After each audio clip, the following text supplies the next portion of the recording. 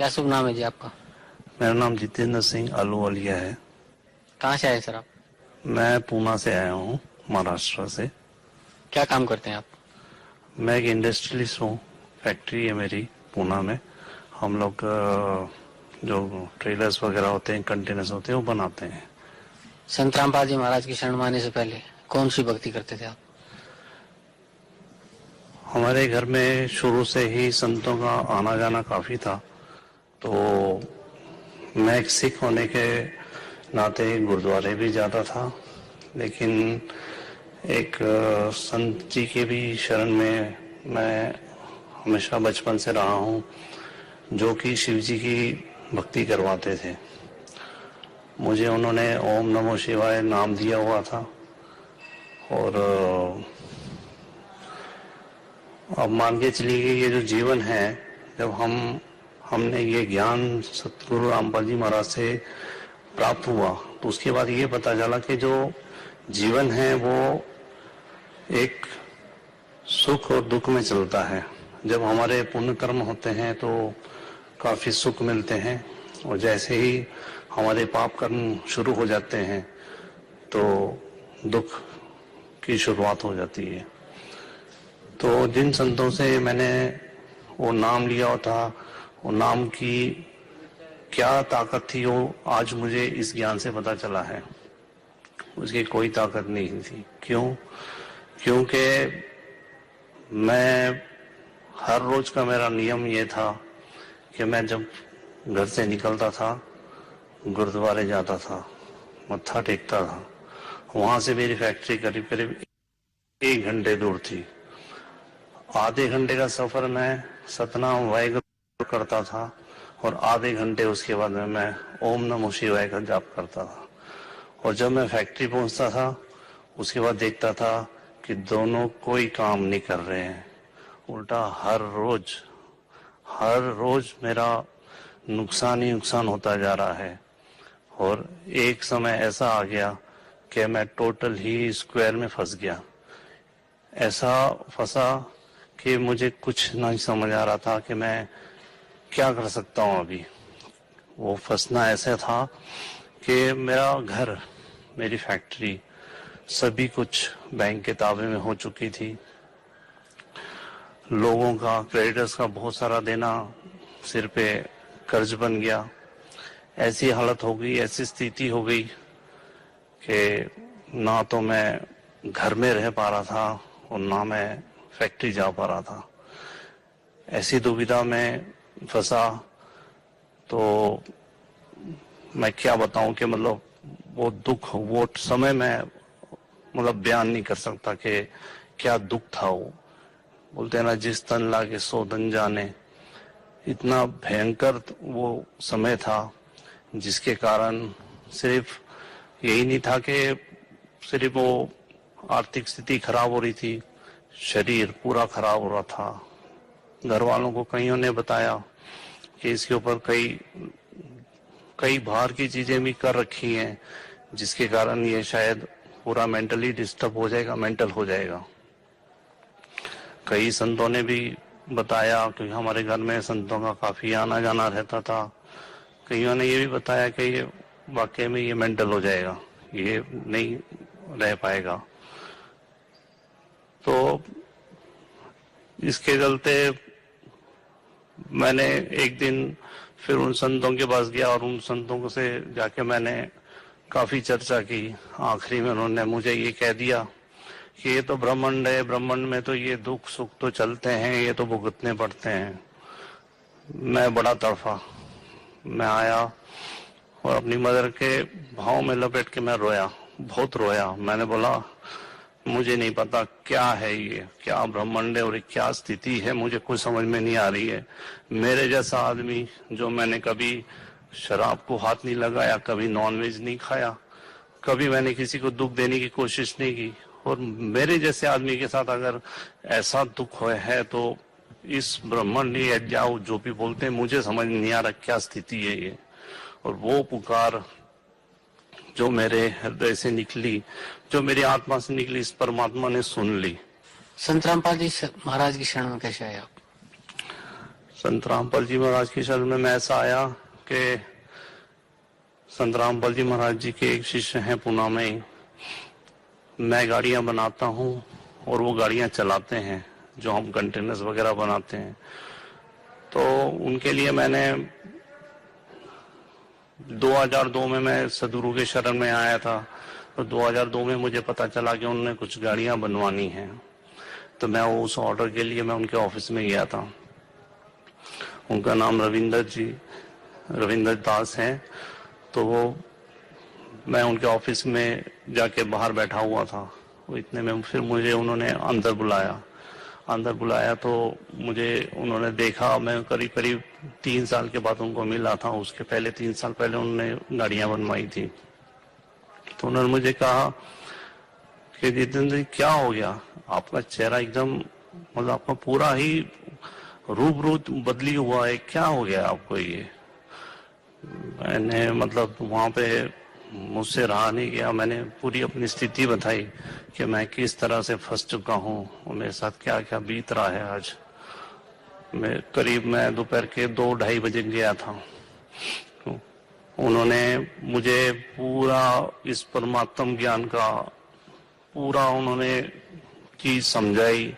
हमको वहां बैठे बैठे रात के 10:30-11 बज गए और मुझे समझ में आ गया कि यहाँ पर कोई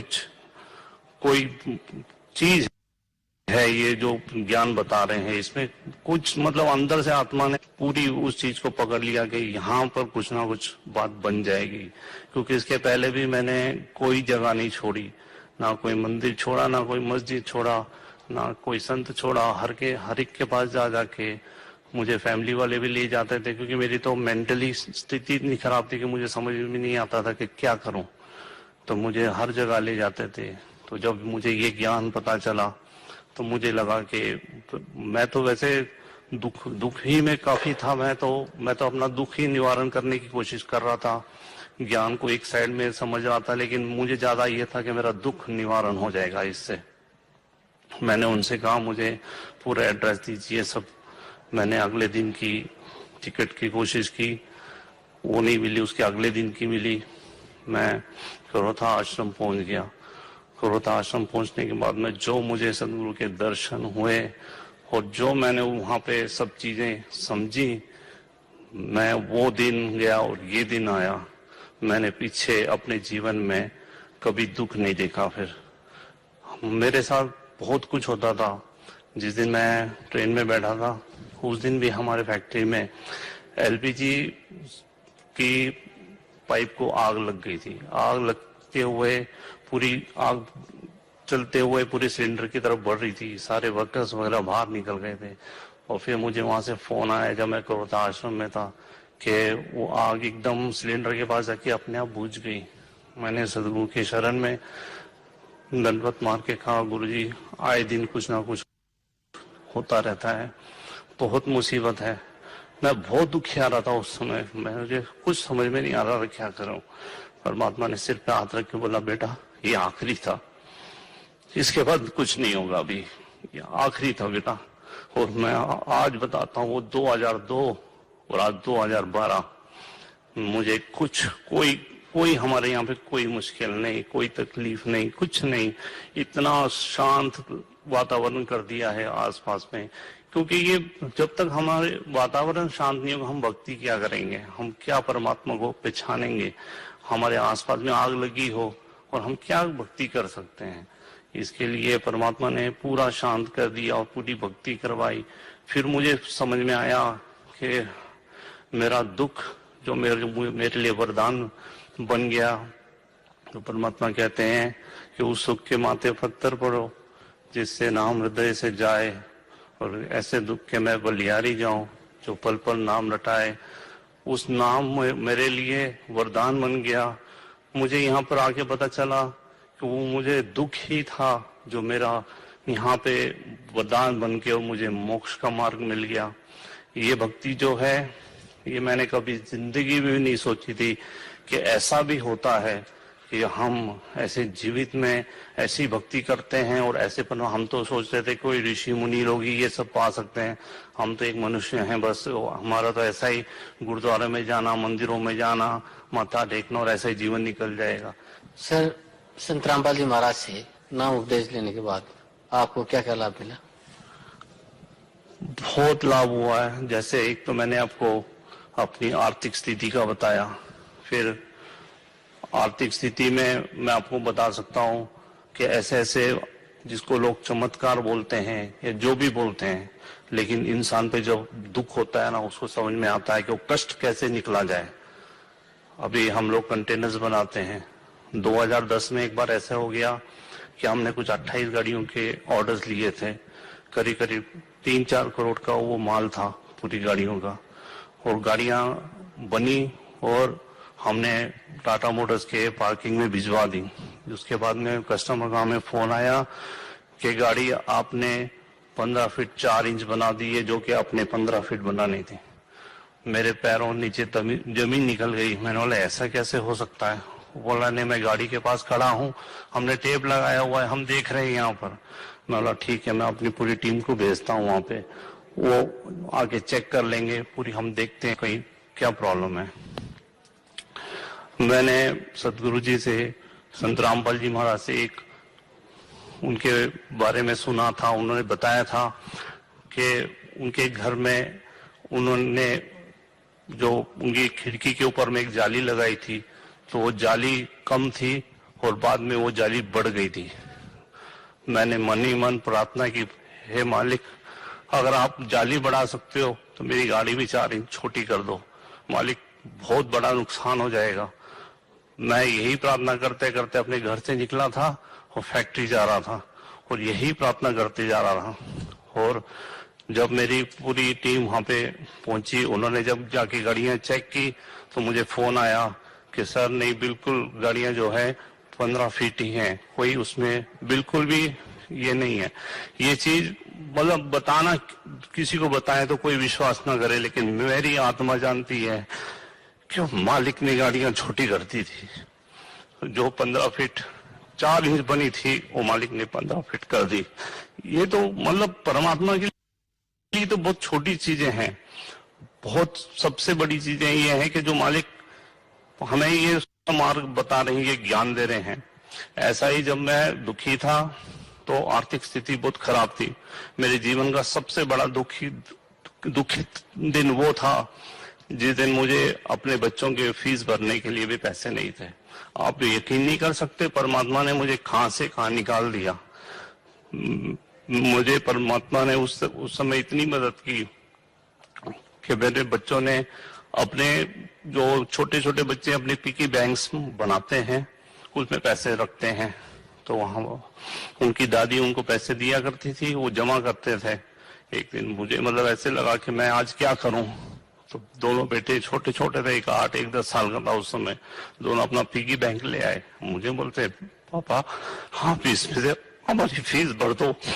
मैं क्या बताऊं, मैं क्या किस हालत में था उस समय, लेकिन इस मालिक ने इतना सुख दिया है, इतना सुख दिया है कि मैं बता नहीं सकता आपको कि मतलब किस किस जहां लोगों के सामने मैंने क्या क्या नहीं किया उस समय, लेकिन कोई मदद के लिए नहीं आया इस परमात्मा के सिवा। मैंने कुछ लोगों को पेमेंट देनी थी, ये मालिक ने मुझे कैसे मदद की मैं आपको बताता हूँ। मुझे 78,000 रुपीज देने थे, तो मैं दे नहीं पा रहा था। बहुत लोगों का और भी कर्जा था, लेकिन वो कुछ लोग शैतान थे, गड़बड़िया थे, कुछ लोगों को ले आए मेरे सामने, बोलने लगे पेमेंट हमें आज के आज ही चाहिए। मैं बोला पेमेंट है नहीं मेरे पास, मैं दे दूंगा आपको कुछ समय, मैं आदमी खराब नहीं, मेरा समय खराब है आज। तो बोलने लगे नहीं, आप 78,000 का चेक बना के दीजिए, हम लेके जाएंगे, कैसे भी आपको पास कराना पड़ेगा। जबरदस्ती उन्होंने मुझसे कहा, मैंने बना के दे दिया। मैंने पास तो होगा नहीं, अब देख लो, ले जाओ। बोलते देख लेंगे हम, पास नहीं होगा तो। मैंने बस मालिक के आगे प्रार्थना रखी, और वो 1 दिन निकला, 2 दिन निकला, ऐसे करते करते 6 महीने निकल गए, ना तो कोई आया ना कुछ। 6 महीने के बाद में मुझे स्टेट बैंक ऑफ इंडिया से एक लेटर आया। उन्होंने लिखा कि गुना म्यूनसिपल कॉर्पोरेशन का 80,000 का चेक आपके अकाउंट में डल गया था और जिसके कारण आपके अकाउंट से 78,000 रुपीज का एक चेक क्लियर होकर चले गया। अभी आप बताइए, ये परमात्मा नहीं है तो क्या है ये? परमात्मा ने मेरी उस समय मतलब इतने खतरनाक लोगों से भी मेरी रक्षा की और मेरी इज्जत रखी, सब किया। ये सब खेल वो करता है, लेकिन दुनिया को बताओ तो दुनिया मानती नहीं है, समझती नहीं है। फिर ऐसे ही करके और भी बहुत सारी चीजें हैं, जैसे पूरा घर, फैक्ट्री पूरा बैंक के पास थी, पूरा उन्होंने केस कर रखा था कोर्ट में, पूरे चीजें को उन्होंने पूरा लीलाओं तक ये चल रहा था। लेकिन बस ये परमात्मा का खेल था कि परमात्मा ने जैसे ही शरण में आया हूँ, शरण में आते ही परमात्मा ने पूरा कुछ भी कर सकते हैं मालिक ने जब मैं शरण में आया हूँ उसके बाद में इतना मार्केट में काम दिलवा दिया कि हमें कहीं बाहर जाके काम कर लेके आने की जरूरत नहीं पड़ती थी। लोग आके कहते थे हमारी गाड़ी बना दो, हमारी गाड़ी बना दो, और इतना काम आया जिसके कारण हमने बैंक से बात की, बैंक से बात करके उनको बताया कि हम ऐसे ऐसे करके आपको देंगे। बैंक वाले भी मान गए और धीरे धीरे करते हुए हर एक चीज ठीक हो गई। आज परमात्मा ने बहुत ही सुख दिए हैं और अब मैं मतलब माइनस से भी नीचे था, वो वहां से मुझे आज यहाँ परमात्मा ने अपने चरण कमलों में रखा हुआ है। मतलब इतना सुख दिया है कि मैं आपको, मेरे पास कोई वर्ड्स नहीं है कि जिससे मैं आपको उस डिस्क्राइब करके बता सकूं। जितेंद्र जी, भक्त समाज को आप क्या संदेश देना चाहते हैं? मैं यही संदेश देना चाहता हूं कि अभी आप देखिए, मेरे जैसा आदमी जो कभी किसी को दुख नहीं देता था, नॉन वेज नहीं खाता था, ड्रिंक्स नहीं पीता था, और सुबह शाम हमारे घर में संतों का आना जाना रहता था, और गुरुद्वारे जाना था, मंदिर जाता था, सब करता था। मेरे साथ क्या हो गया? तो ये क्या है, यहाँ पे बस यही है कि हम अपने सब कर्मों के ऊपर चल रहे हैं। हमारे जितने पुण्य होंगे उतने हमको बस अच्छा उस समय मौज होगी, छाया रहेगी। जैसे हमारे पाप कर्म स्टार्ट हो जाएंगे, हमें धूप मिलेगी, हमें सेक मिलेगा, इतनी हीट मिलेगी आप अपने आप को नहीं पहचान पाओगे। तो हमें आज जो सदगुरु रामपाल जी महाराज ऑथेंटिक प्रूफ्स के साथ में हर ग्रंथ को बता रहे हैं, हर शास्त्रों को बता रहे हैं, हमें किसी को भी पूछने की जरूरत नहीं है। हमें बस इतना करना है कि आज जो वो टीवी चैनल्स पे बता रहे हैं, जो उनके सीडीज बनी हुई आप वो देख सकते हो, उनकी किताबें वो देख सकते हैं। हमें किसी को मत पूछिए, आप हमारा भी मत सुनिए ना, लेकिन इतनी बेनती है कि आप ये सिर्फ अपना थोड़ा सा समय निकाल के और इस चीज पे गौर करिए, और फिर 110% आपको बताते हैं कि इसमें कोई शंका नहीं मिलेगी, आपको कोई डाउट्स नहीं रहेंगे, हर चीज आपकी क्लियर हो जाएगी और आप परमात्मा पा सकते हैं, आप मोक्ष प्राप्त कर सकते हैं। इतना गारंटेड मार्ग है ये। जितेंद्र जी, आप बता रहे थे कि आप सतनाम वाहेगुरु जी का जाप करते थे, तो ये सतनाम वाहेगुरु जी क्या है? सतनाम वाहेगुरु जी, मुझे सदगुरु रामपाल जी महाराज के शरणों में आने के बाद में इसका मतलब समझा कि मैंने कितना जाप किया उसका, और उसका असली में मतलब ये है कि जब गुरु नानक देव जी को जब कबीर साहिब जी सचखंड लेके गए थे, और वहां पे जाने के बाद में गुरु नानक देव जी ने ये कहा था कि मुझे यहीं रहने दो, मुझे वापस मत भेजो उस काल के लोग में। तो कबीर साहिब जी ने बोला था नहीं, आपको हम विधि बताएंगे, आपको विधि वक्त आना है, मैं वहां पे आपको मिलूंगा, गुरु रूप में मिलूंगा, आपको सतनाम दूंगा, फिर मोक्ष प्राप्त होगा और आप आ सकते हैं। फिर गुरु नानक देव जी ने जब वहां से आए थे वापस, और उन्होंने उदासी स्टार्ट की थी, पहली उदासी जैसे उनकी काशी की थी, तो उन्होंने यही कहा था कि वही गुरु मिले और मुझे सतनाम दे। सतनाम वाहिगुरु, मतलब वही गुरु मिले मुझे और वही सतनाम दे मुझे, जिससे कि मेरा मोक्ष हो। असली में इसका मतलब ये कोई नाम वगैरह नहीं है, ये गुरु नानक देव जी से मुख से निकले हुए ये शब्द हैं, जिससे कि वो मोक्ष प्राप्त कर सकते थे उसके द्वारा। ये कोई नाम जपने का नहीं है, ये वो गुरु को ढूंढ रहे थे, उस सच्चे गुरु को ढूंढ रहे थे, जिससे कि उनको सतनाम प्राप्त हो सके। तो क्या आपका मानना है कि कबीर परमात्मा ने, गुरु नानक जी जो थे उनके पूज्य गुरुदेव कबीर परमात्मा ही थे? बिल्कुल, इसमें कोई डाउट ही नहीं है। उनको बई नदी के ऊपर आके मिले हैं। आज हर सिख जानता है बई नदी क्या, साखी क्या थी, सब जानते हैं। बई नदी के ऊपर आके जिंदा रूप में, आत्मा के रूप में उनको मिले थे, और इसी रूप में कबीर साहब जी हर संतों को मिले हैं, जिनको भी उस समय वो गरीबदास जी को लेके गए या धर्मदास जी को लेके गए, जिनको भी मिले हैं वो जिंदा महात्मा के रूप में मिले हैं। और गुरु नानक देव जी को भी उसी रूप में वो मिले थे, और उसी रूप में उन्होंने उनके साथ में वार्तालाप की थी। और ये साक्षात मतलब चीजें लिखित में है, इसमें कोई डाउट नहीं है। तो अगर फिर डाउट करने जाए तो फिर बहुत सारी बातें मनमुखी करें तो कर सकते हैं, लेकिन ऑथेंटिकली तो जब तक हम नहीं देखेंगे तो कोई भी मानेगा नहीं। इसलिए ये ऑथेंटिक प्रूफ्स हैं, लिखित में है, सब चीजें सामने दिखाई देती हैं। और देख के भी अगर कोई अनजान पुना करे तो फिर तो वो परमात्मा पाना ही नहीं चाहता, वो लोगों को भटकाना चाहता है। और मैंने एक चीज और देखी है इस जीवन में, कि जो खास करके हमारे धर्म के, सारे धर्म के ठेकेदार हैं, इन्होंने सबसे ज्यादा काम बिगाड़ा हुआ है समाज का। क्योंकि ये अपनी ही उल्लू सीधा करने के लिए भगत समाज को भिका देते हैं, उनको गलत रास्ते पे लगा देते हैं। बस उनको ये बोल देंगे नहीं ये ऐसा ही बता रहे हैं, वो वैसा ही बता रहे हैं। असलियत में जो भी भक्ति पाना चाहता है, आज हम पढ़े लिखे हैं, आज हमको कोई भेका नहीं सकता। आज हम अपने आंखों से देखें ना, हम समझ सकते हैं, पढ़ के समझ सकते हैं। हमको जरूरत नहीं इतने मोटे मोटे ग्रंथ खोल के पढ़ना। आप संत रामपाल जी महाराज की सत्संग आता है, वो सुनिएगा, बिल्कुल निष्पक्ष होकर सुनिएगा, और फिर देखिएगा आप हर एक चीज, हर ग्रंथ उन्होंने सामने रखा हुआ है। हम देख सकते हैं ना, और देख के भी अनदेखा करें तो फिर हम भक्ति नहीं करना चाहते।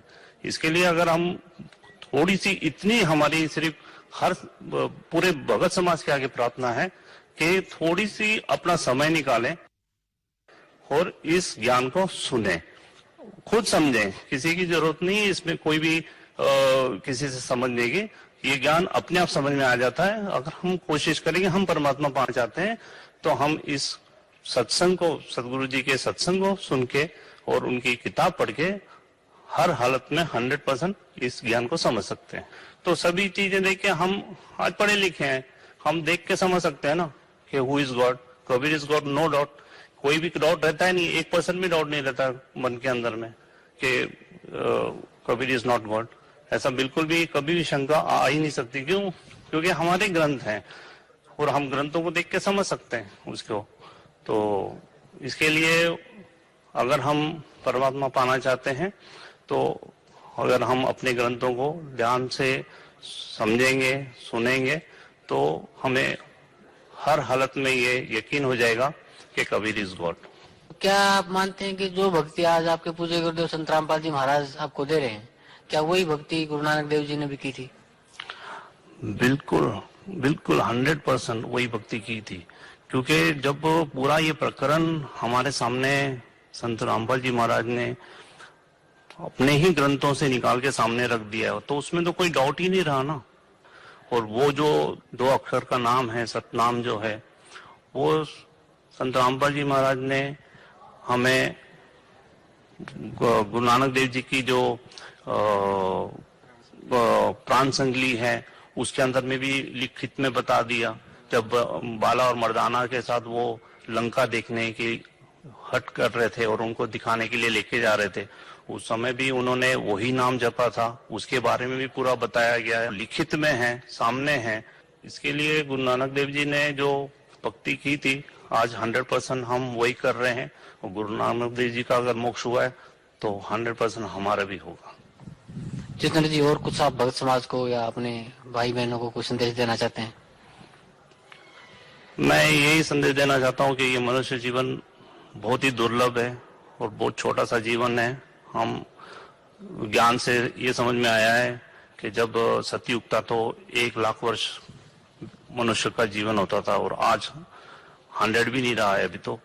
और अगर इतना सा छोटा सा जीवन है और इतने से छोटे से जीवन में अगर हमें परमात्मा मिल जाए तो मतलब इससे बढ़कर चीज कोई नहीं हो सकती, क्योंकि हमने भी सुना है और हमारे बाप दादाओं ने भी बताया है कि कई ऋषि मुनि कई तप कर करके अपना शरीर गला गए, कईयों ने क्या क्या नहीं किया और परमात्मा नहीं पाया। ये गोल्डन अभी युग चल रहा है जिसमें कि परमात्मा ने बहुत दया की है हम सभी आत्माओं पे, सब बच्चों पे। तो हमें ये इसका पूर्णता से लाभ उठाना चाहिए। ये वक्त बार बार नहीं आता है, जबकि तत्वदर्शी संत और ये हमें मनुष्य जीवन और ये सब चीजें एक ही साथ हो जाना, एक कोई लॉजिक नहीं है, लेकिन ये हकीकत है कि ये एक ही बार ऐसे बड़ा मुश्किल से मौका मिलता है और इसका पूरे भगत समाज को लाभ उठाना चाहिए। ये बहुत ही दुर्लभ चीज है जो इस सृष्टि में होती है और ये अभी चल रही है, क्योंकि वो भी लिखित में जो पिछली पीढ़ी की में होना है वो भी लिखित में है और वो हो रहा है अभी कि पिछली पीढ़ी में ही सब अभी तरेंगे। परमात्मा में पूरा लिखित में बताया हुआ है, जैसे 5555 जब कलयुग बीत जाए तब कोई महापुरुष तारण को आए। तो ये जो 5555 है वो भी प्रूफ करके बता दिया सदगुरु जी ने कि 1997 में वो टाइम से ये ज्ञान एकदम से ऊपर बढ़ा है और सदगुरु रामपाल जी महाराज ने ये सभी भक्तों, सभी भगत समाज पे बहुत इस मालिक ने दया की है कि सभी को ये नाम उपदेश भी दे रहे हैं, जो कि मतलब आप यकीन करें कि बड़े बड़े ऋषि नाम प्राप्त नहीं हुआ था। ऋषियों को तो छोड़ो, अभी ये अगर मीडिया के सामने मैं ये बोलूं कि ब्रह्मा विष्णु महेश के पास भी ये नाम नहीं है तो बड़ा अच्छा लगेगा आपको, लेकिन ये हकीकत है। हम ज्ञान समझेंगे तो ये समझ में आ जाती है बात। तो ब्रह्मा विष्णु महेश कोई अलग नहीं है, वो भी हमारे ही देवी देवता हैं, लेकिन वो क्या स्थिति में सब चीजें हमको समझना पड़ेगा। तो ज्ञान समझ के हम हर एक चीज समझ सकते हैं कि ये नाम मिलने में और परमात्मा पाने में कितना आसान है अगर हम उस चीज को समझ के करेंगे तो। जितेंद्र जी, आपके पूज्य गुरुदेव संत रामपाल जी महाराज ने वर्तमान के सभी धर्म गुरुओं को शास्त्रार्थ के लिए आमंत्रित किया हुआ है, तो आपको कैसा लगता है? बहुत ही अच्छी बात है। अगर यही हमारे सभी धर्मों के जो ये ऊपर में बैठे हुए हैं, अगर ये सच को सामने ले आए तो मेरे ख्याल से बिल्कुल कुछ भी समय नहीं लगेगा परमात्मा को हम सबको यहाँ से सतलोक लेके जाने के लिए। सिर्फ यही कुछ लोग हैं जो कि मतलब ये बिल्कुल अपना मैं तो कहूंगा कि अपना उल्लू सीधा करने के लिए इन्होंने ये हट बना के रखा हुआ है, जो कि भगत समाज के सामने ये सच्चाई को आना नहीं देने चाहते हैं। क्योंकि इन्होंने गलत ज्ञान दे चुके हैं। ये इनके ज्ञान रिकॉर्ड हो चुके हैं शास्त्रों में, इनकी जो किताबें हैं उसमें बिल्कुल शास्त्रों के उलट ज्ञान है इनका। तो इसलिए अभी ये फंस चुके हैं और ये ज्ञान को इसके लिए आगे आने नहीं देना चाहते हैं, क्योंकि हर आदमी के बस में क्या हुआ कि भक्ति करने के लिए समय नहीं है तो सत्संग नहीं देखते हैं, कि कोई ग्रंथ को पढ़ते नहीं है। बस जो हमारे बाप दादा करते आ रहे हैं, कहीं घंटी बजा दी, कहीं अगरबत्ती लगा दी, कहीं कुछ कर लिया, वो कर रहे हैं। अगर थोड़ा सा समय निकालें और इस ज्ञान को समझने की कोशिश करें तो ये जितने भी संत बैठे हैं आज अपने आप को संत कहते हैं, इनका असली चेहरा सबके सामने आ जाएगा और सच्चाई उस परमात्मा की सबके दिल में उतर जाएगी और हम सब मोक्ष प्राप्त कर लेंगे।